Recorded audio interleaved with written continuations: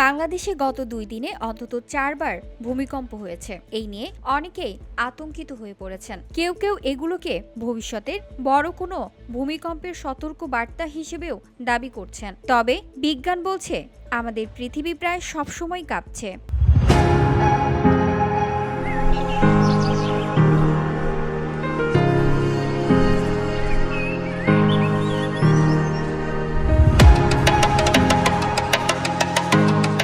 অর্থাৎ প্রায় প্রতি মুহূর্তে কোথাও না কোথাও ভূমিকম্প হচ্ছে।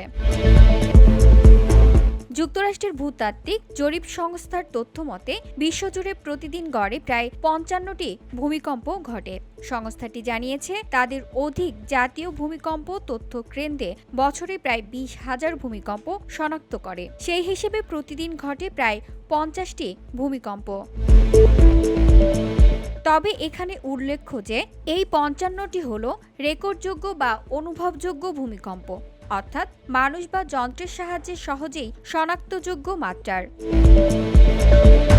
VOD Bangla news desk.